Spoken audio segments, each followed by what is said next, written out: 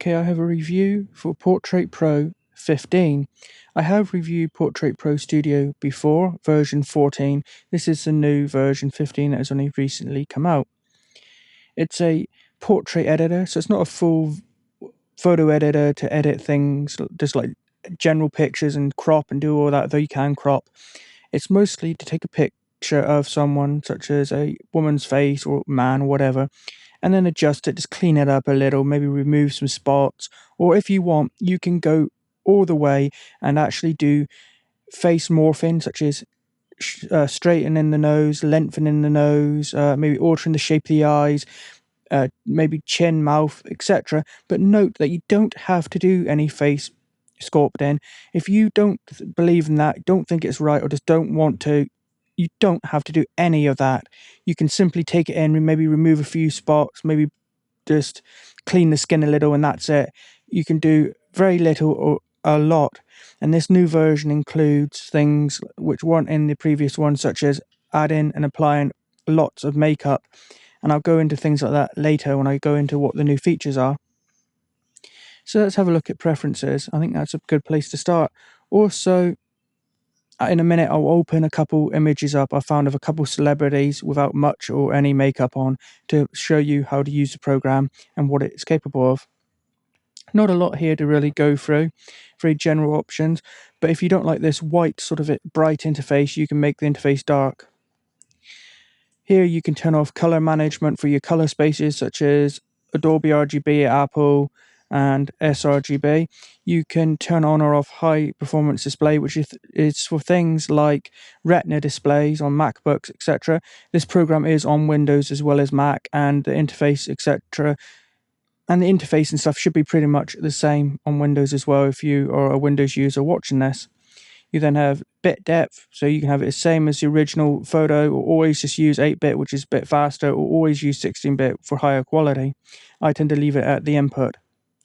Then we have plugins tab to run the plugin installer, so you can install the plugin for Photoshop or Aperture to use this program from, basically launch this program from within things like Photoshop.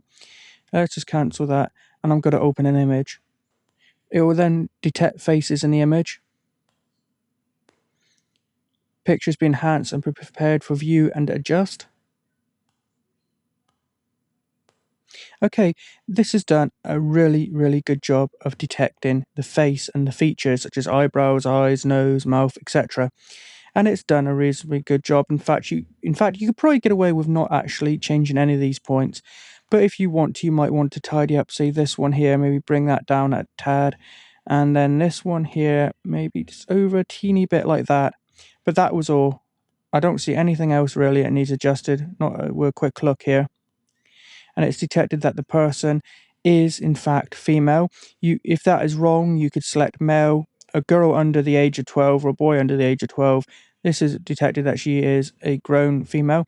In fact, this is a recent picture of a British actress called Michelle Ryan. She's been in an American show called Bionic Woman. She's been in an episode of Doctor Who, etc. Originally, she started off in EastEnders, which is a British soap opera. And anyway, this photo was recently in the news, and whoops, didn't mean to do that, just cancel. And basically, it is a very up-to-date photo, so she is about 31 years old here, and it has detected the points correctly. We can select from some presets, such as female standard. It would give you some tooltips. This is what it has selected by default, and I don't really like it too much. In her case, quite often male standard and female standard works quite well. Not really sure about it on this photo. The photo probably isn't, in fairness, is probably not a very high quality image. I got it off a news article online. You can view before and after, view only the after, or view only the before. So we can go back and forth like that, but I tend to work in this mode. We can select other presets such as glamorous. That's okay, but I'm not liking what it's doing down in this area. I'm not quite sure. No sculpt. So as you can see, it's applied some presets to her face, but it hasn't sculpted her face. So as you can see, the shape is pretty much the same in both, but if we went to something like glamorous, it's tried to slim her face and make it less round. Not that it's too round to begin with, but you know what I mean.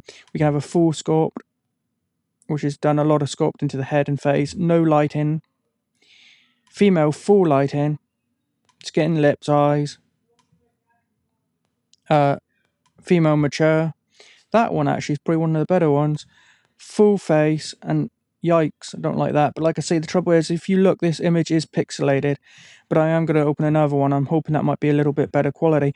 Okay, now look, see these makeup. We would not have had all of these in version 14 that I reviewed previously. So we can go here. We've applied some lipstick, basically. We applied some eyeshadow here. We've applied different type. You see the idea. And you might say, well, that isn't giving me much control, you know. One preset flung on a bunch of bright red lipstick. Well, what if we want to change the color? What if we want to tone it down? We don't want it quite so bright, etc. Well, you can do that with sliders that I'll go into later. Now, I should note, I've tried to find a couple of pictures of celebrities with no makeup on, and that isn't exactly easy. Most at least have a little bit on. So this person here, you can tell, if you look at her lips in the original before photo, she is wearing, I think, a little bit of lipstick, but I don't think she's wearing much more than that. I think it's pretty much just a little tad of lipstick there. But apart from that, I don't think she's wearing much makeup, so this is one of the better pictures to choose. We have some presets for children. Then we have male. I'm not even going to click on them because she isn't male, of course. Then we can add some things like add jaw sculpt, which is slimmed her down here, you know, in the jaw sort of area. We can enhance the cheekbones. I actually don't like enhancing cheekbones. I find whenever I've used that, even in the previous version, I don't like the way it looks, but I think that's more a personal sort of preference. We can lengthen the neck. We can smooth the skin if it wasn't already done with the previous preset. Or if we have, say, applied a preset such as glamorous, and then we decide we don't want all of what that's done, we just want to say smooth the skin and nothing else, we can always go back to the top, reset to the original image. Then we can go down and just smooth the skin, and that's it, if that's what you want. Or if she was really, really wrinkly, you could just apply smooth wrinkles, and that might be all you need. Now, what if somebody has a bunch of spots? Well, unfortunately, I don't see any here to use as a proper example. But if we go to touch up, we can choose the size of our brush, and we can apply the strength, how, you know, the intensity basically. Then we can find, say she had a spot here, we could just click it and it will disappear. And I'm hoping the next photo will have spots, but I don't think so either. But it does work, and I believe I have used it in a different photo in version 14. So if you really need to see how that works, you can always watch my previous review for the older version, because I think somebody did have some blemishes on their skin and I clicked it and it removed it. So then we have things like skin color. Do we want to add a tan to her? Now, what I've noticed is this has seemed to have tanned the entire image, not just the skin and face. I don't remember it doing that in the previous version, so I don't know if that might be a bug in this version. But just note that it seems to be happening in the current build. But you can always go back and watch my version 14 review. I don't think it did it like that. I think it just tanned the skin, which is what I'm sure it's meant to do. We can widen the eyes. We can brighten the eyes. As you see, they made it a little bit more blue. We can, if they are, say, brown, we can turn them blue. If they were blue, we can turn them green, etc. We can slim the nose. We can shorten the nose. I don't really like that. In fact, I'm actually going to undo that. If her teeth were shown, we could whiten her teeth. We could smooth her lips out if they're very crinkly and we don't like that. We can add some more face sculpt. We have various things for lighting, just to light the image differently. More lighting, and then we have some standard sort of picture control, such as making the image black and white, adding a sepia effect, brightening and lightening, and we can do some more of that down here, such as cropped in. So let's reset the image for now and look at some of the actual controls piece by piece. We can turn the whole section here on and off using the toggle next to the category name. We have a master fade effect for all of these, so we can tone them down or brighten them, the whole sort of effects of the whole lot up. But I want to manually look at them. We have face shape, so we can sculpt the forehead separately from the lower half of the face. Okay, then we can go to eyes. We can do both eyes at the same time, or if maybe somebody has one eye just a little bit off from the other, we can adjust it independently.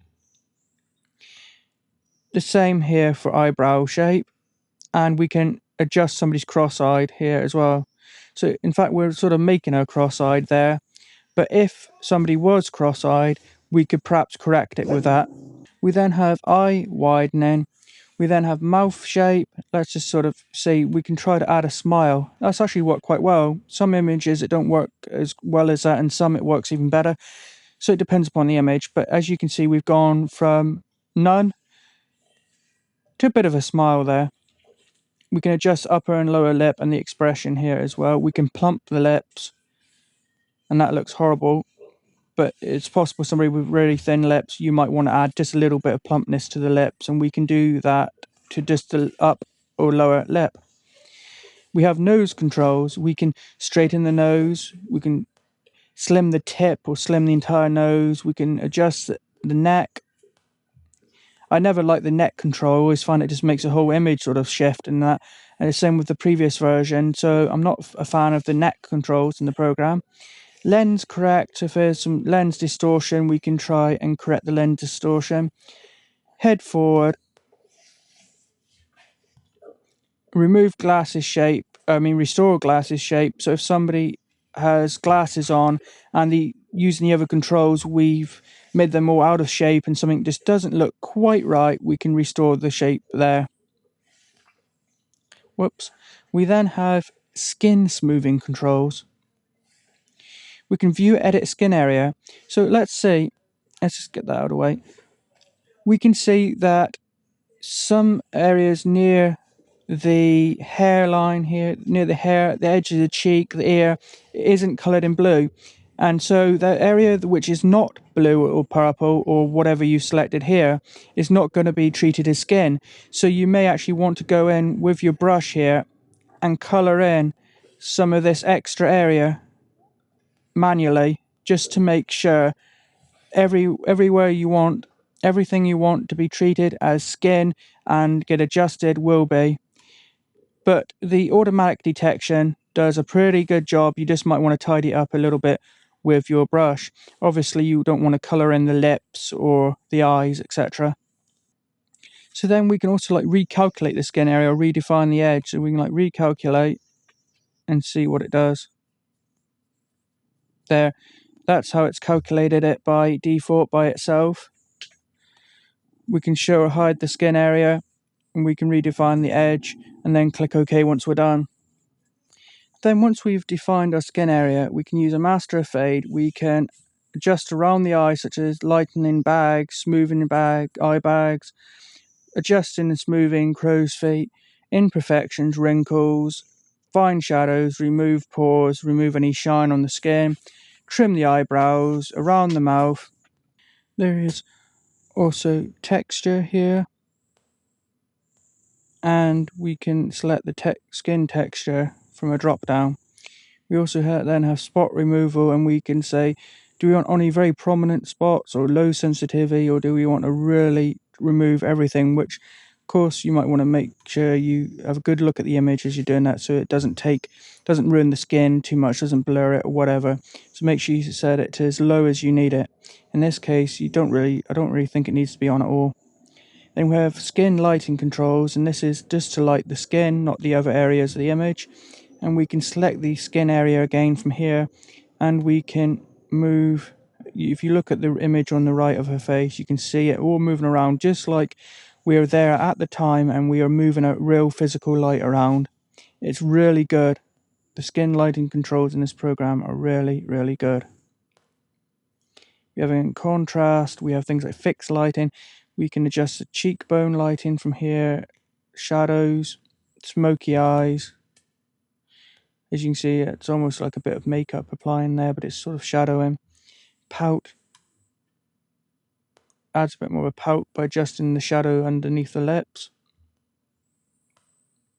sculpt the nose using shadowing. We have then makeup controls, which is new to version 15. So we have all sorts of lipstick here. We can select the color. So do we want really red or really like purple? Let's say not a nice, nice red like that. We can select from textures as well.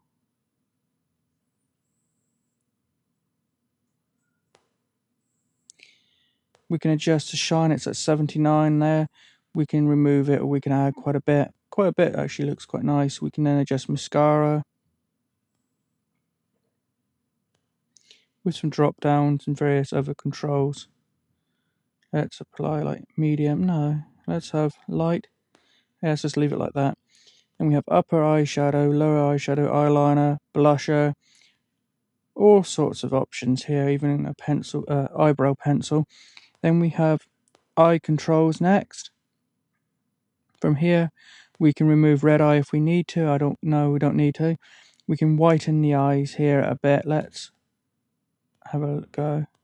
Not making much difference in this image, but you can, and you can clean the eyes if they very sort of eye kind of bloodshot. Darken the pupils. We can sharpen the eyes. In fact, let's just see what that looks like. Not really seeing much difference. And we can brighten the iris. So we can brighten it up, and if you can really see the blue eyes in an image, and it's a high quality image, this is very pixelated, but if it's a high quality image and you turn this up, then those really blue eyes or really green eyes or whatever would really brighten up and pop out. It would look really nice. Not having quite the effect here because it's such a low quality image. Change the eye color. So if somebody had blue eyes, you could change it to green, etc. But you don't have to just sort of settle with natural looks. You could change them to bright purple or whatever. We have the amount of change, the color, and then the intensity of the effect. We can add color. We can add contact lenses such as blue, green, brown, grey, or hazel contact lenses. And there's various settings for it there. We can also then add a reflection to the eyes. As you could just see up here, like I say, it's a low quality image, so it's not having a full effect, but you can add a little reflection in the eyeballs. Then we can adjust that, such as nudge the reflection or how transparent or how bright that may look. So then we have mouth and nose controls. We can saturate the color of the lips, we can darken, we can do contrast, we can sharpen the mouth, we can adjust the contrast of the nose, moisten the lips, we can change the hue of the lips, we can then go to hair. Now, this will allow you not to just add a bit of shine, etc. to the hair, you can actually recolor somebody's hair.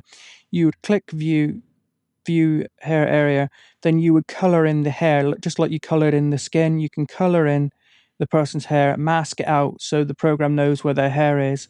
Then we could select from various presets here and maybe even change it to a red. It's not really working in this image because I haven't masked the hair out properly. I'm using a low quality image, but that's how it works. There, you can see it did lighten the hair a bit doing that. Then we can add a bit of shine. We can add the recolor amount. We can lighten. We can redden if we want. And add some vibrance.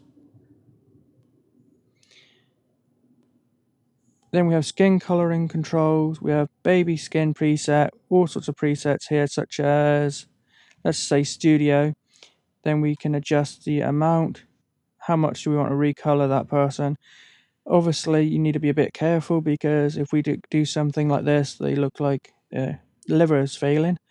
So you just might want to have a little subtle effect there. Then there's various independent controls there. We then have cheek coloring as well, and separately we then have tan, and we have picture controls.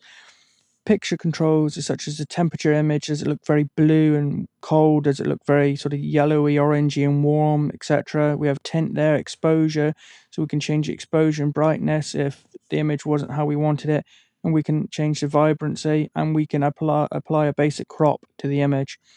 Now let's actually go up here a minute, because we can navigate around our image clicking like this, or we can hit face and it will zoom straight in on the face so you can get to work, or you can hit fit and zoom right out.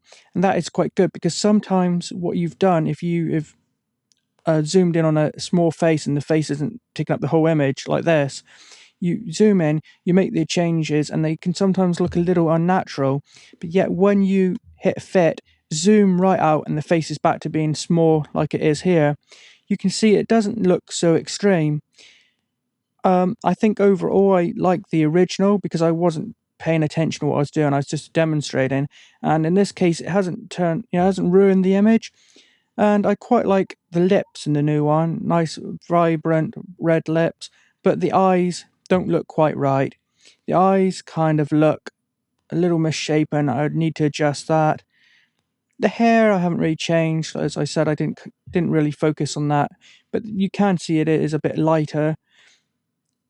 The cheeks here are a little bit thinner. You see they're more rounded in the original. But basically my point is, if you have an image like this, you might want to occasionally zoom out to see it smaller. Then you have a better idea if it actually does look natural or not. In this case, it doesn't look too bad. It's just there's something I've done with the eyes that don't look quite right. So I'm going to just open another one. I'm not going to do all these settings again. I'm just going to quickly open a different image to show you. Okay, this is Jennifer Lawrence from the Hunger Games.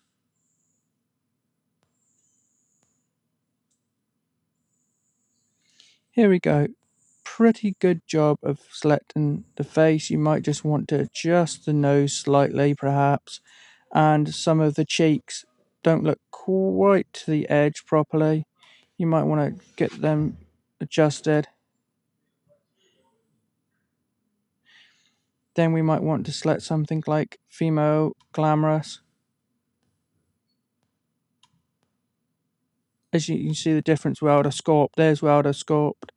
And then when you use sculpt in, the image is definitely, the face is definitely a lot slimmer.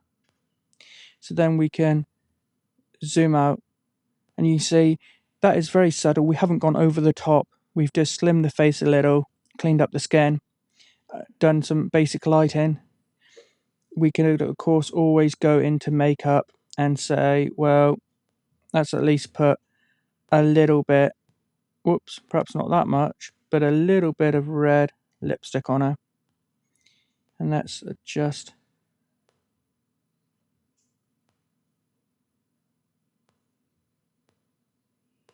There. So it's just a very nice subtle example of just pulling an image in, clicking a couple buttons, and then you've got a bit of a better portrait. Now, what if you want to save this view? You want to save an image where the two are side by side. Can you? Yes and no. If we just hit save, we can save as a JPEG, a TIFF, or a PNG, and select the quality and how big the file is. That will just save the after view. If you have a Facebook account and want to upload it to Facebook, we can hit Facebook, and we can say both images, or only the enhanced image on the right. So we can actually select both images, and we can actually say, do we want to show before and after labels, which is here and here. So it actually says by the picture if it's the before or after, and we can have those labels or not. So then when we upload it to Facebook, it uploads as a single image, but with the two side by side. Basically, you have this view as an image. Well, that's fine if you want to put it on Facebook, but you can't just save it to your computer with the before and after side by side with labels. You can only do it if you're uploading to Facebook, and I mentioned that last time in version 14, and I was hoping maybe that feature would be added to the regular saving to your hard drive, but unfortunately it hasn't been. So a workaround, if you want to save these side by side, would be to upload it to your account, upload it to Facebook. You can always delete it afterwards. Then Facebook, under options on that image, has a option to download, so you can download your Facebook images to your computer. So that is a bit of a roundabout way of doing it, but it is a workaround until they may eventually patch it and add that in. So let's have a look at what features are new quickly on their website. In version 15, we now have full makeup controls. We just had basic stuff like that we could do before, such as recoloring the lips. We have now full makeup controls, including mascara, the whole 9 yards. Here's an example of before and after. Here's some more. Here's before and after. It's full spectrum of eyeshadow colors. Lipstick. Correct wide angle lenses now. So you can correct distortion. Advanced skin coloring controls. Before and after. Some of the different presets. It has now got improved mouth detection. It's always been pretty good, I thought, at least in version 14, of detecting faces. In fact, I tended to find that where it didn't detect so well was around the chin. I actually thought the nose, eyes, and mouth did pretty well anyway, but they say the mouth detection is now better. It has a new child mode for better detection of children.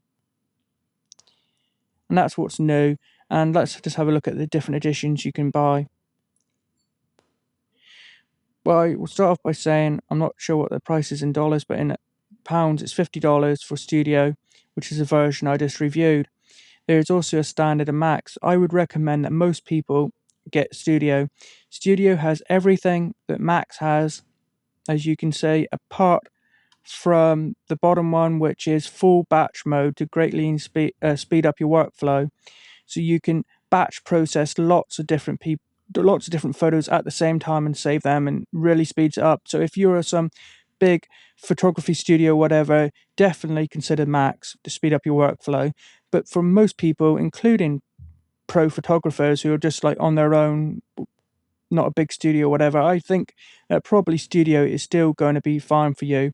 However, it's not a huge difference in price between standard. There isn't a huge difference between standard and Studio. So look at all the different sort of things. There's quite a bit of difference between standard and Studio. So I would make the plunge, if you've got to buy this, to skip skip standard and just go straight to Studio, unless you're a big studio and you need Studio Max for the batch processing. Okay, so I do recommend it. Some people moan that, well, it's not right to sculpt people from being, say, maybe even quite plump or podgy and making them more skinny and making them look like a completely different human being.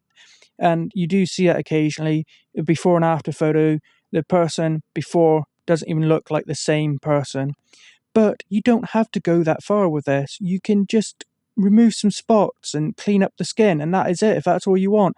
Or you can just say, okay, well, when this photograph was taken, the person was wearing red lipstick, and for some reason I want to change it to green. Well, you can. You don't have to go overboard. You can just clean up spots, just do a bit of spot removal, and that's it. You don't have to slim somebody's face. You don't have to lengthen or shorten their nose and their chin and round their eyes or straighten or enlarge their eyes or whatever. You don't have to do crazy stuff like, you don't have to make a person look completely different. You can just clean up your portraits. So it's definitely worth at least downloading a trial of if you're a photographer. Grab the free trial download. It's for Windows and Mac. Give it a shot. See what you personally think yourself.